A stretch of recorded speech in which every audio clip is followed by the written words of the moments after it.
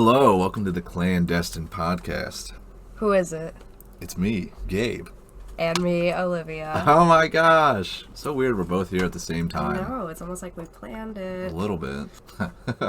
Well, Olivia told me she got a story for me, and I gotta be honest, I'm pretty eager to hear what she's got to say. It's a pretty crazy one. It's one that I had never heard of before. Oh. Yeah. Really? I feel like you've heard them all. I've heard a lot of them. So, yes, I am still getting over my cold a little bit. You've been sick. Before I start with this case, I do just want to go ahead at the top, issue a gun violence trigger warning. All right. If you're ready, man, blow us away, please, as you always do. So, have you ever heard of a guy named Randy Stair? I can't say that I have. Okay, good. Yeah, that's always good. Because, one, it would ruin the story. Yes. And two, you just don't want to know him. He's not a good guy. I don't want to know him. He was born September 17th, 1992, to Robert and Lorianne. Sorry, Stair. 1 second. You said born in 92? Yeah. Oh. And he had a younger brother named Jeremy. He lived in Eaton Township, Pennsylvania. Randy was a shy and quiet kid and teen, but found solace in making YouTube videos throughout his adolescence. Oh, wow. His YouTube name that he went by, his YouTube persona, was Andrew Blaze, so that's what a lot of people knew him at. Yeah, his alias. Yeah. Randy was a loner even as a young child, which I can relate to. I've always been a loner myself. Mm. He did not have many friends he spent time with offline.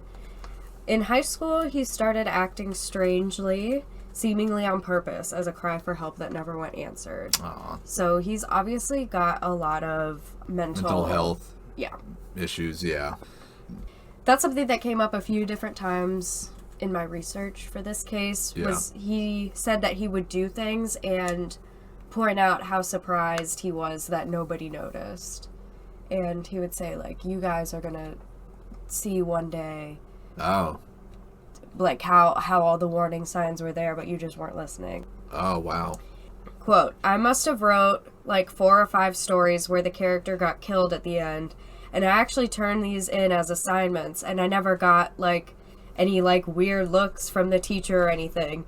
She was a nice teacher and everything, really great. The teacher never, felt concerned or anything. I just remember not getting any feedback in terms of that, so I don't know what she was thinking. That quote was from a YouTube video that he put on his channel, so that kind of tells you, too, how open he was with his audience, that he would say something like that on film. Yeah. But, again, I did sense a pattern with that whole nobody saw what I was going through. Yeah. Randy was clearly struggling with serious mental health problems, as we can already tell. We will get into even more of that later. But he would refuse seeking professional help or guidance because he thought therapy, quote, alters who you are.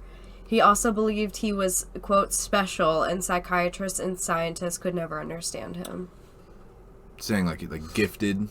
I think he was just trying to say, I'm insane in a way that nobody, I'm so special, crazy. I'm not like other girls kind of thing. Oh, yeah. A little bit of pick-me energy. Sounds like he's self-prophesizing or whatever. Yeah.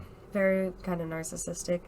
He was not particularly close with any of his family members, but he had a distinct dislike for his father. And his father was actually the store manager of a grocery store called Weiss Market in Eaton Township, and he got his son Randy a job there. Oh, okay. He would work there for 7 years, and it was Randy's main source of income, but he loved his YouTube channel and took uploading to it very seriously. He made it to the YouTube Partner Program back when that was a thing. He said that he wished YouTube could be his full-time career. Like I said, he even reached the partner status, allowing him to make money off of his videos.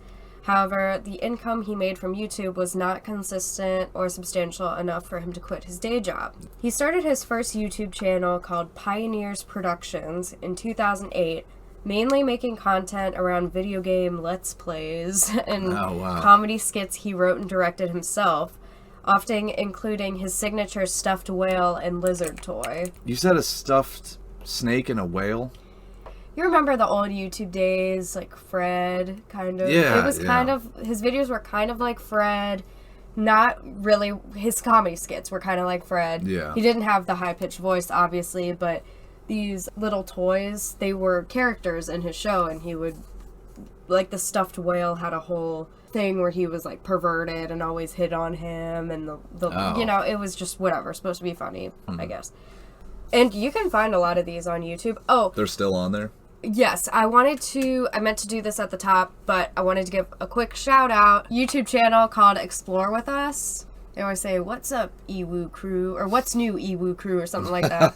Great video. Got a lot of my research from them. He was somewhat successful in YouTube's early climate, garnering attention from YouTube heavyweight of the time, Ray William Johnson. Ray William Johnson was once the most subscribed to channel on the platform. I don't know if you remember that. Randy ended up on an episode of Equals 3. So He got like featured on it or something? Okay. And he was also friendly with a popular YouTuber named Plasma Master Dawn. Have you ever heard of this person? No. I just now found out about this. He was this old, like, super elderly man who would make, like, wholesome videos of himself singing popular songs. Oh my gosh. He still does that, doesn't he? Well, he passed away. Oh, he did? Yeah, he passed away in I've December. seen those. He's not like a really good singing voice, but No. I know what you're talking about. He actually became a registered sex offender in 2019 and passed away last year, in December. Just throwing that out there. Yeah. Well, that was his very early YouTube career. Yeah. Something that was quite unique about Randy and his evolving content would be his apparent obsession with the cartoon character Ember McLean from the children's animated TV show Danny Phantom. He started to become so enamored with this character that he would develop his own original characters inspired by Ember McLean, and wrote and produced his own animated shorts and stories about Ember and his original characters called Ember's Ghost Squad, also EGS for short. So his original characters were called Alex, Rachel Shadows, Sydney Secor, Mackenzie West, and Harmony Ingram, all of whom had their own Twitter accounts where Randy would interact with himself as these characters to make it like an RPG or something. Is that right? Just like... Or ARG? Like just role-playing in general. Yeah. Also, they just made a really good point. This comment says, attachment to the character actually makes a lot of sense when you analyze it. Her character arc in the show revolved around wanting attention after her boyfriend left her. So she sings about leaving an eternal print on the world, a concept Andrew would adapt and follow religiously. Well put. Yeah, very well put. Yeah. So he had photos and drawings of Ember McLean and his own characters inspired by her hanging around his room, and even had stickers of them made up that he attached to his car. He would sometimes refer to his own fictional character, Mackenzie West, as his soulmate. And he also believed Ember was a goddess and, like, literally saw her as his god. And to the point where he completely, which was kind of funny, he completely replaced the phrase, "oh my god," in his everyday vernacular with "oh my goddess" to refer to her. Wow. Another quote from one of his YouTube videos is, quote, "This ghost, this woman always connected with me. Ever since I first saw her, something changed. It wasn't like I grew up or anything like that. Like I realized, oh my gosh, I'm attracted to girls and all this. No, just something changed. It was like a spark and it just connected with me, made me feel warm inside, and it felt very familiar, which was strange. It was like I'd seen her before." About this cartoon character. Now, listen, there's also nothing wrong with really like enjoying fictional character. Yeah. People that love Harry Potter, that's cool. I think like the way that he's doing it though, and it's just unhealthy. It's unhealthy.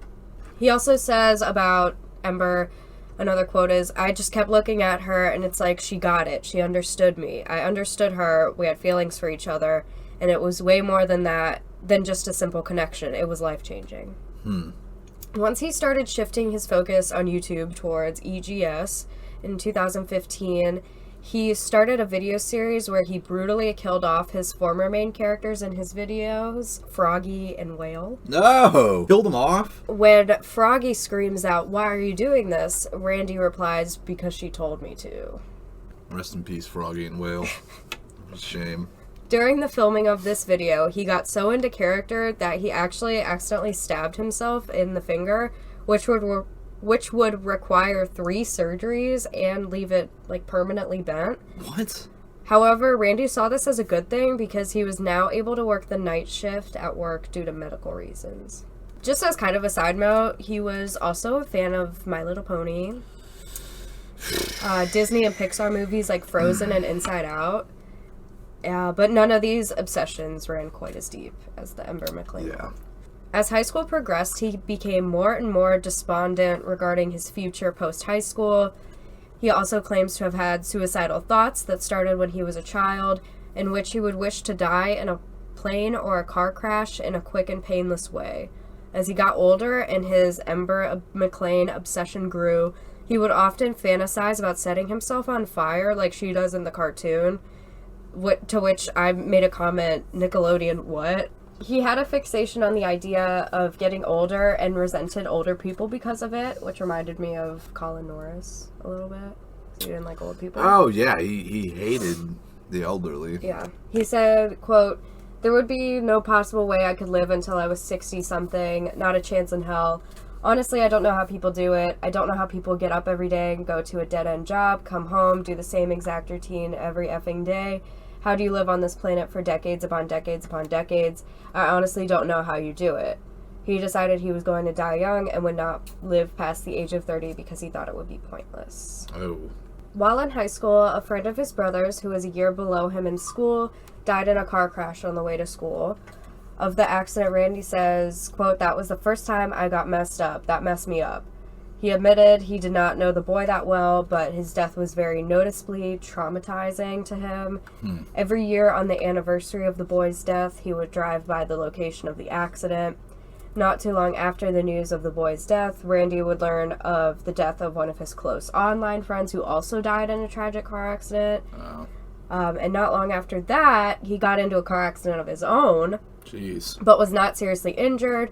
However, after all this, he seemed to dive even deeper into his obsessions. Around this time, he picked up another strong fascination and developing obsession with the Columbine shooters. Really? Yes. Oh, jeez. He began frequently visiting forums and meme pages dedicated to the Columbine shooters.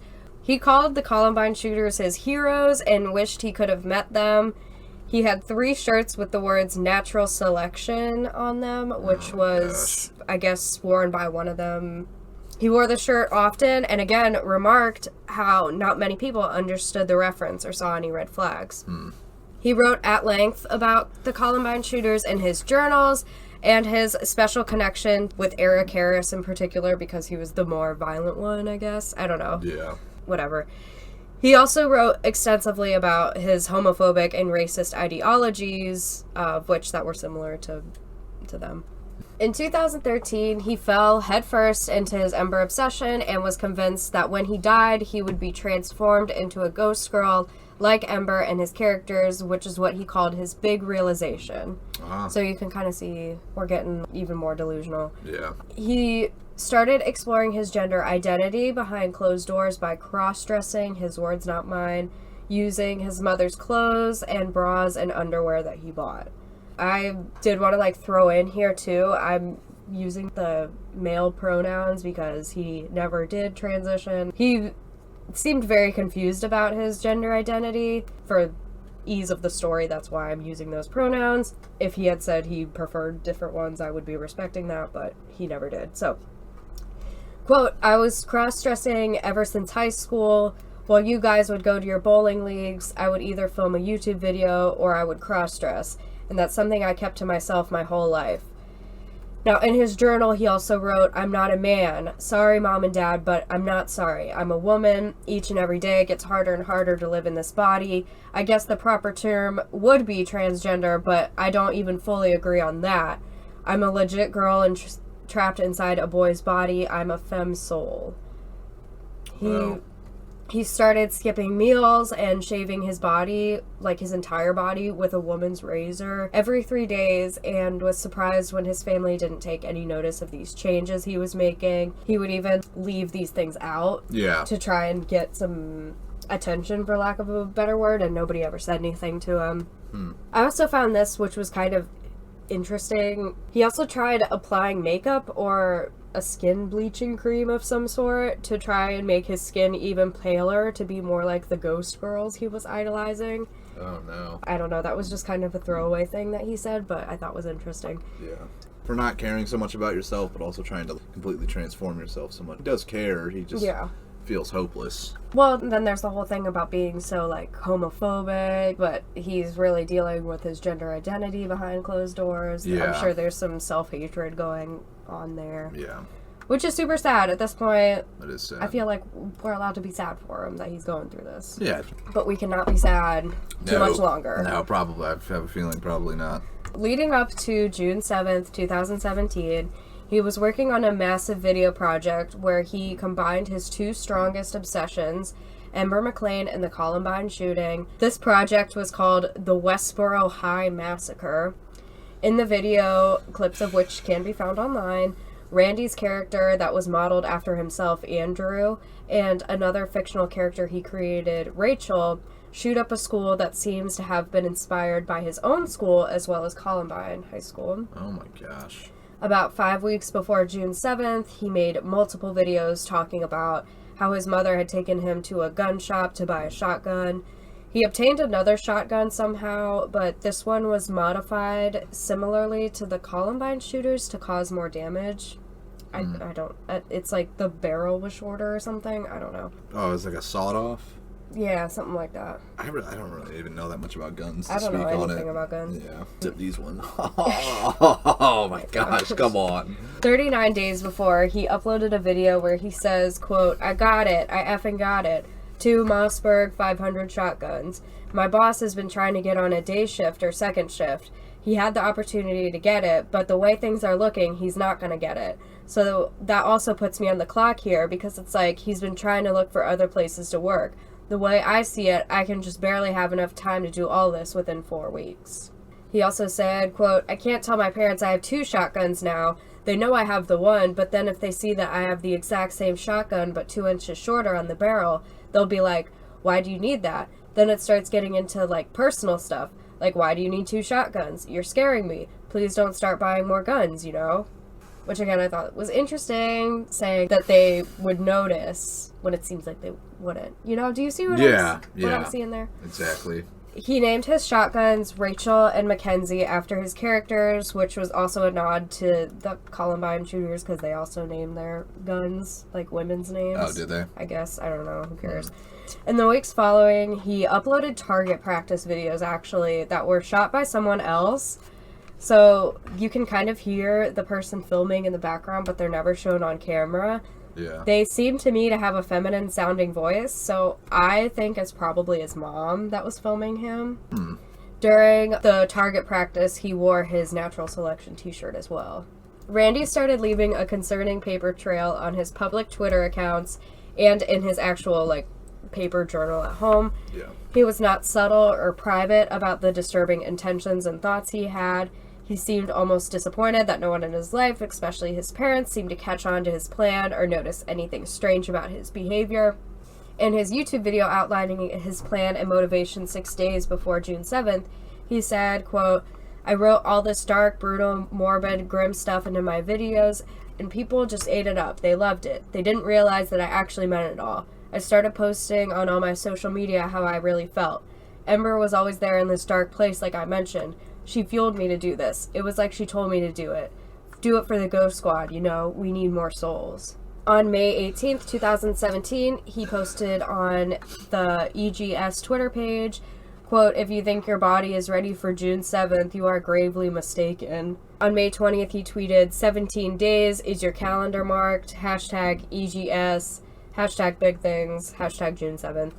There are many other ominous tweets on all of his role-playing accounts referring to the events that would take place on June 7th. Yeah. Those were just the most notable ones to me. He became even more convinced that when he died, he would be resurrected as one of the animated ghost girls. He decided that on June 7th, he would take his life. But he decided to film and upload a YouTube video documenting his decision via coin flip, whether he would commit suicide at home or commit murder-suicide at his job at the Weiss Market. Wow.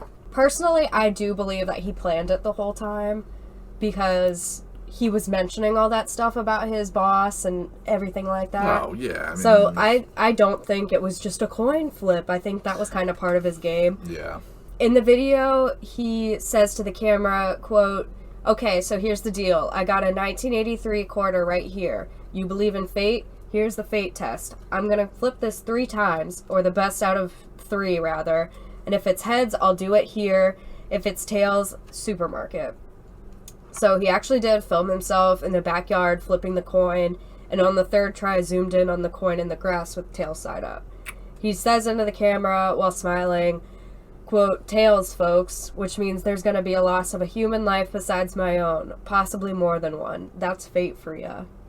So you see what I mean? I think it's kind of a game to him. I don't think that there was ever a possibility that he wasn't going to do that. In the late hours of June 7th and the early hours of June 8th, Randy was finishing up his shift at the Weiss Market with 4 other employees, in between actually working. Yeah. He was barricading all of the exits and emergency exits to the store. So he was taking pallets and moving them.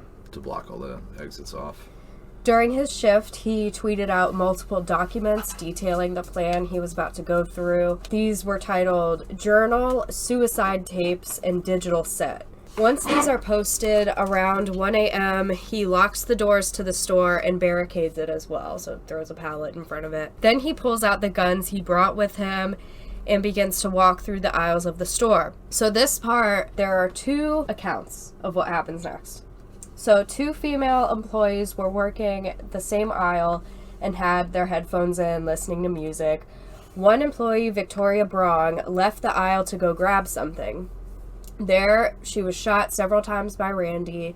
He had written down in a notebook earlier that day, quote, "I don't hate Victoria, but you gotta go." The other employee, Kristen, turns to see what the noise she just heard was and is standing face to face with Randy, who is brandishing his shotgun, and sees Victoria on the ground covered in blood. He and Kristen lock eyes before Randy turns and walks away. Now, I read this and I thought this might be another sort of reference to Columbine because there were reports of several students who were met with one of the shooters face to face, and for whatever reason they just let him go. There was another one of the shooters had told some kid, "Don't be here at lunchtime" or something. So I wondered if that was kind of a connection there, but there is another version of events that says that Kristen was unaware of the shooting at the moment, and Randy stood behind her contemplating his next move before moving on without her ever knowing. So the first account is what Kristen's story was, the witness, but the second account was allegedly how it happened, captured by CCTV footage. So they never released that footage. I don't really know which to believe, but it does kind of have strong implications either way. Next, after that, he finds Brian Hayes in a nearby aisle and shoots him several times. Next, he finds his 4th coworker that night, Terry Lee Sterling, who he shot in the back, obviously while he was probably trying to escape. Yeah. During this time, Kristen was frozen with fear where she stood. She managed to call 911 from her phone and was able to run for the main door, squeeze past the pallet dropped in front of it, unlock the door, and escape. Just to clarify, if it wasn't already obvious, the store is closed, so the employees were the only people in the store. Yeah, he said it were thirds. Yeah, so just to clarify that. She hears even more gunshots ring out from the back of the store. She hides in a nearby bush until the police arrive. Inside the store, Randy is aimlessly shooting at product and at the propane tanks, probably hoping they will set the store on fire. Eventually, he makes his way to the deli section and takes his own life. In the deli section? Yeah. His autopsy report shows that at the time, he wore black makeup around his eyes and lips. The way that it was described, he was wearing makeup like Ember McLean. You know what I mean? Yeah, it sounds like it. I mean, all of his cartoon characters had that eye makeup thing going on, so. He also wore women's clothing under his outer clothing that day, and he had 372 milliliters of diphenhydramine, or Benadryl, in his system. What? Yeah. Are you serious? This would suggest he was experiencing an overdose, which may or may not include auditory or visual hallucinations. Hallucinations. Can you say the word? Hallucinations. And even seizures. Yeah, of course. And to have that much Benadryl in your system, Insane. I mean, it makes you delirious. Like, that's Kristen crazy. said later that her and her other co-workers who knew and worked with Randy never would have suspected something like this from him, and that the person who was there that night committing those acts was not the same person she knew. As far as I could find, there was no sort of documented history that he had with drugs. In all of his journals and such, he never said that he was going to take all this Benadryl or indicated that there was a history with that or anything. That's weird. You get super eyes or you don't chicken out. Yeah, but if you don't have a history with drug use, that just seems interesting to me that would be... I would which agree. Maybe he did. I'm not saying he definitely didn't. I'm just saying that in my research, I didn't come across that he was involved with any sort of drinking or drugs. Which is just an interesting choice. Before I wrap it up here, because that's pretty much the end of the story, I did want to give respect to the victims here. Victoria Brong, she was an assistant tag manager at the supermarket.